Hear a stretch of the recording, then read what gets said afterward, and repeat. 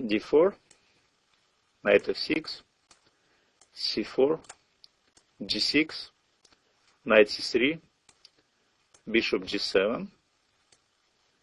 Now we will check out the plans when white is trying to develop his black square bishop to f4 and g5. So first let's see what's going on after bishop g5 immediately. The point is that black has to try to use the weakened black squares after bishop c1 left. This square is unprotected, b2, c3, d4, and to try to open this diagonal for our typical bishop g7. So the reaction should be c5 immediately. Now white usually tries to control the squares by holding this with e3. We go short castle. So you see we are very fast with c5, very fast with short castle. So now white has a few moves. One of them is just normal simple development, knight f3, on which we have a nice pawn sacrifice, typical pawn sacrifice, cd5, ed4, cd4, ed4, and now d5. Of course, after taking on d5, we just have a nice position with isolated pawn. So we should examine mostly this, what happens if white will take the pawn, bishop f6, bishop f6. Now two ways of taking the pawn. One is with the pawn, cd5, but in this case we will play against the weak pawn with developing just simply our pieces. For example, knight d7, bishop c4, knight b6, and bishop b3. And this positional idea to bring the bishop to g4, to exchange it for the knight. Later we bring our knight to d6, and we have perfect compensation. For sure we will not lose this game, but sometimes we can overtake the initiative, because this bishop on b3 stacks on his own pawn on d5. So I mean our bishop is much better, and different color bishop position, our bishop is much better. So taking with the pawn, it's not the best idea, but neither the take with the knight on d5 doesn't bring white anything, because we simply go back, bishop g7 after knight d5, and now of course our target is the pawn on d4. So we will try to bring our pieces, knight to c6, bishop to g4, and this pressure on d4, I mean for white is very difficult to stand this pressure. Let's say he goes after bishop g7, he can go knight c3, then we go bishop g4, bishop e2, knight c6. So now we provoke this pawn to move. I mean he cannot stay anymore.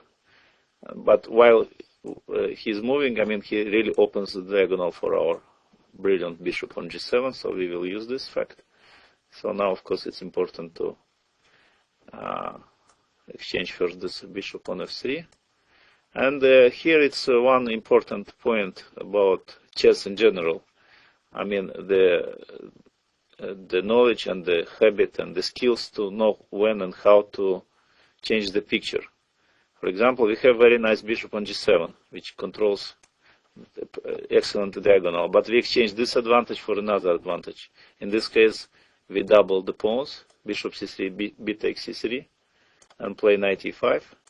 And we exchange the advantage of having a nice bishop on g7 for the advantage of attacking this weak pawns c3, c4, and potentially even d5. So here, this was the game Gurevich-Becker, 99, and black completely equalized. So we examined this 6 knight f3. Also, after c5 here, typical reaction is to play d5 to take the center. In this case, we introduce one of the most typical ideas. It's a gambit idea in King's Indian. It's coming from this Benko, from Volga gambit. It's the move b5. Since we have already opened our big diagonal for our bishop, it's also good to open the b file for our heavy pieces like rook and queen. So b5, this of course it's difficult for him. For example, if he would take here with knight on e4, knight on b5, then we will jump knight e4, queen a5, and it's really, it should be disaster for him. So I mean, the only way to take for him is with the pawn. Then we have a typical situation from the Benko, a6, ba6, and queen a5. That's typical for black. I mean, all the moves you would meet in Benko. What's wrong with white? Of course, wrong is the bishop on g5, and even the pawn on e3, it's not on e4. I mean, so this is very comfortable Benko opening, and which, of course, we always know how to develop pieces.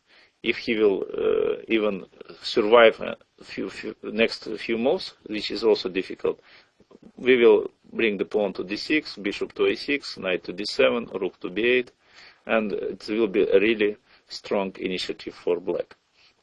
So, we are done with, after c5, we are done with this solid move e3.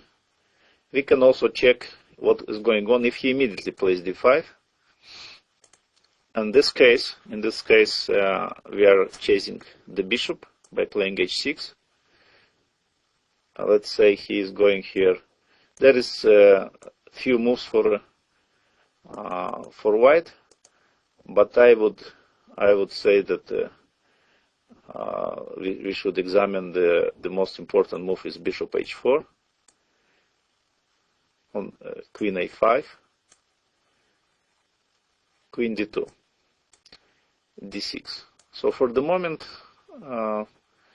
we disconnected this bishop on h4 from these black squares which are important for him, and we are preparing our play, of course, with a6 and b5.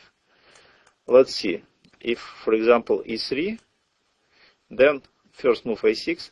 Now one important consideration. For example, if he wants to play here after a6, he wants to stop us with a4, it still doesn't help because he cannot take with the pawn on b5.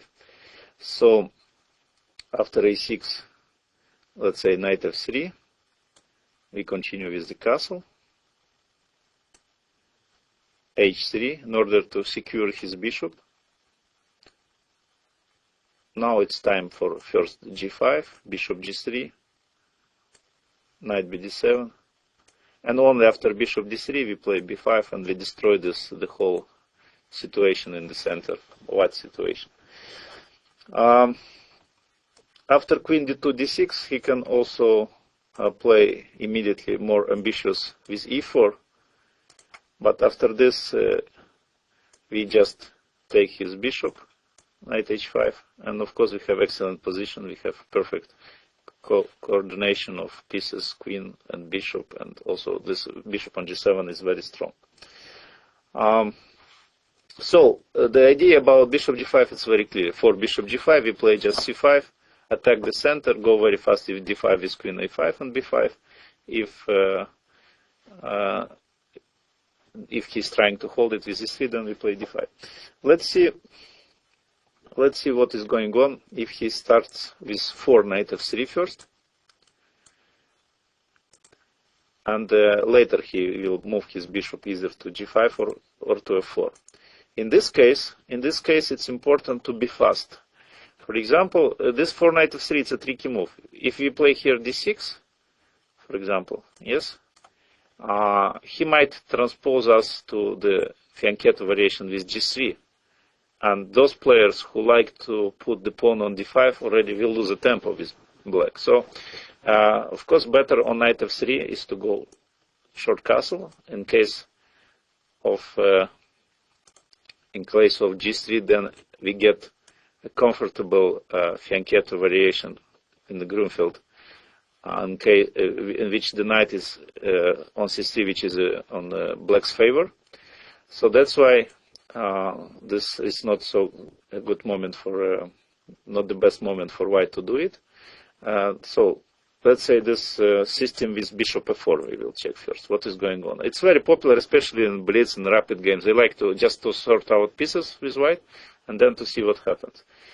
After bishop f4, Of course, we can always go d5 and transpose it to Grunfeld, but our topic today is King's Indian, so we will discuss mostly this d6 move. Here, he can secure his bishop with h3, which is very natural move. I mean, we have to go the same with c5. This is our main plan everywhere. And on d5, here we have an excellent sacrifice.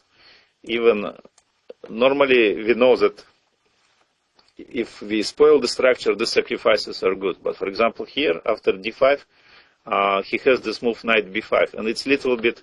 I mean, we didn't spoil any structure, and he just took a full pawn. But thanks to this move knight e4, which opens the bishop and opens the attack on b2, and also we have in mind this check on a5. White has no time to really to defend against all threats, because after knight d2 we have an excellent intermediate move a6, and now knight e3 we take already on b2. I mean, we already he can jump to b5, but he cannot really come back to c3. So that's the problem of taking with the knight. So after d5 b5, he has to take with the pawn, of course. cb5, and then again we have our Benko, good version of Benko. Because if you remember the lines in Benko, then White is trying not to develop his bishop from c1 as long as possible. First, he wants to finish development. Here, in this case, after cb5, already the bishop is on f4, so we can get use of this by playing a6, ba6, queen a5, typical, not in rush to take on a6, queen d2, bishop a6, and black has, as we said already, the plan we know, it's knight d7, rook b8, and attacking, and black had an excellent game in Portish Kuzma 1992. So we saw this d5 move. Always we focus on the plans with b5. If he wants to hold it with e3, for example, then the same.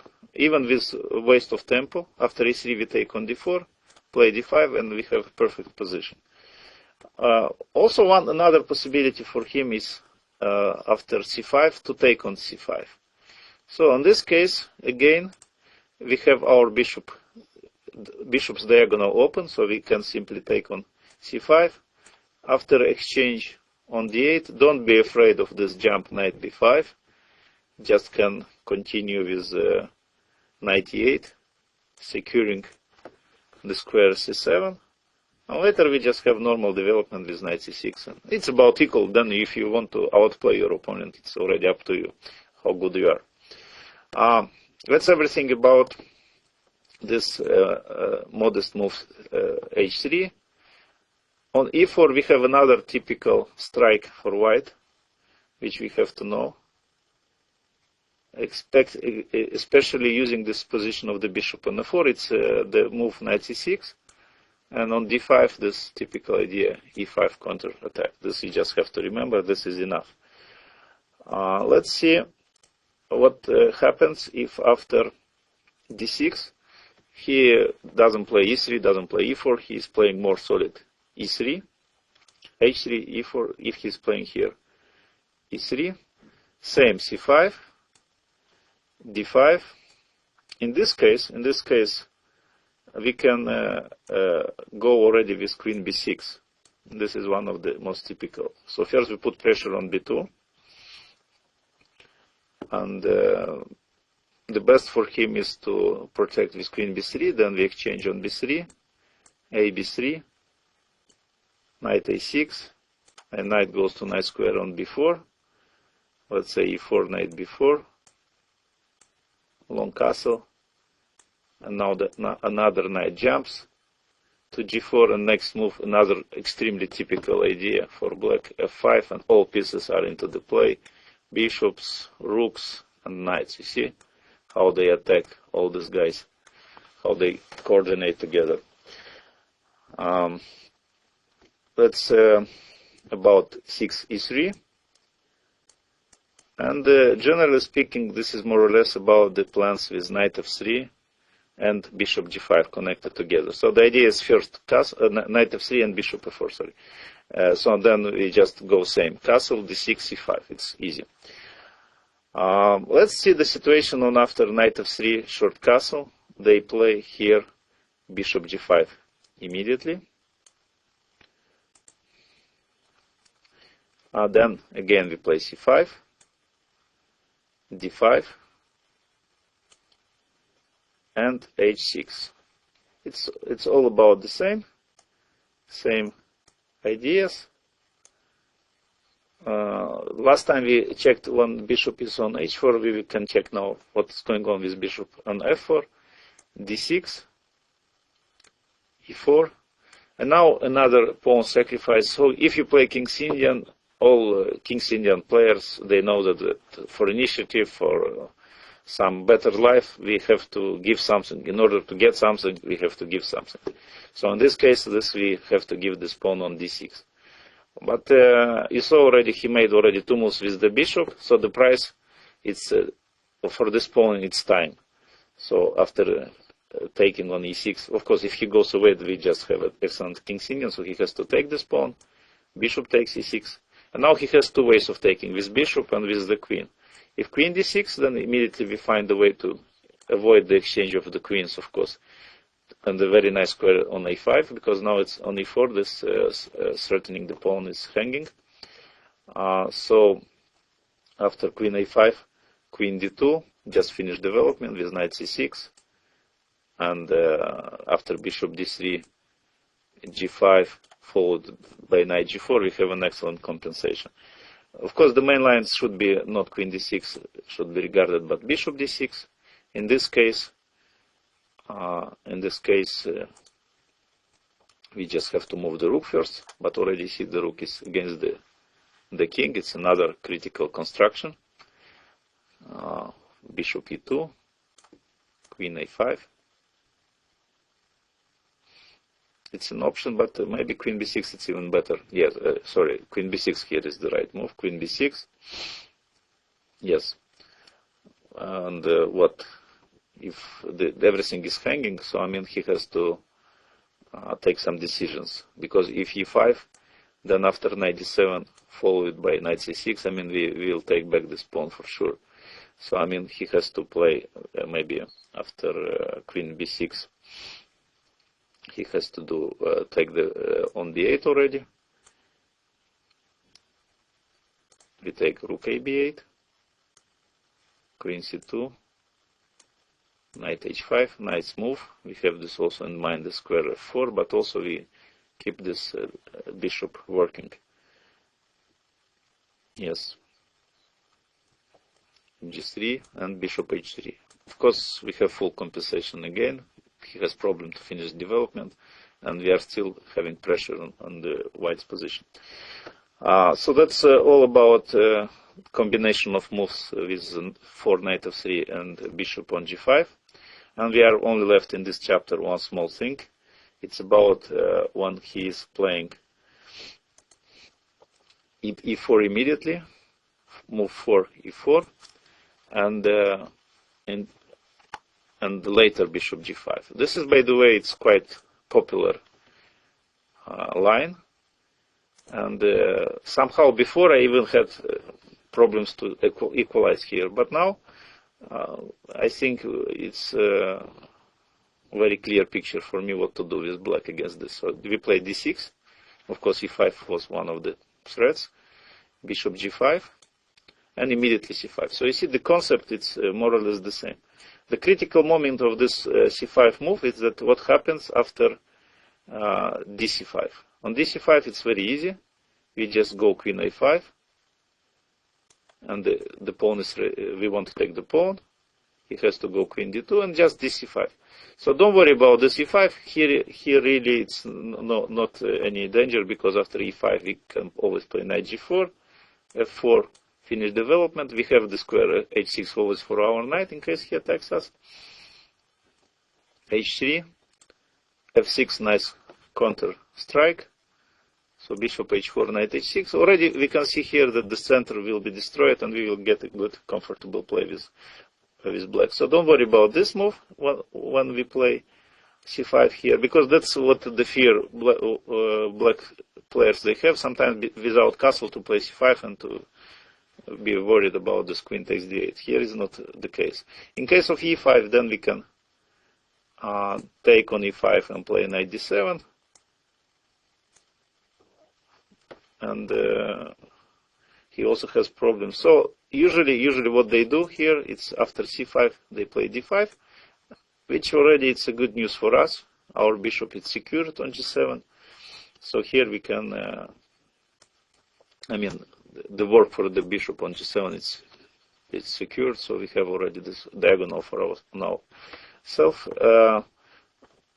And we have good versions of all kind of Benoni or this type of positions. For example, if he goes here bishop d2, again we say that this bishop wastes too much time, so then simply the plan is to go castle, e6, ed5, and to open the position. If after queen a5 he is going here queen d2, then we have very nice but simple idea just to catch this bishop. I mean, he cannot escape already. We will catch it after g5 and knight g4 or knight h5. So most probably after queen a5 he already has to take on f6, but which is a complete achievement for us. So we'll take on f6,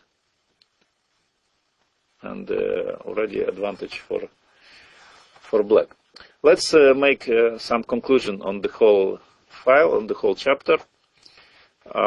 We saw that these plans with early bishop f4 and bishop g5, our typical reaction is with c5, c5, queen a5, b5, attacking many times. Many times we are going for this bishop, the black square bishop, white's black square bishop. We are taking it. We always think of our black square bishop. We make a work for him. And it's, I would say, the most important advice is to be fast, and usually black overtakes the initiative in these lines.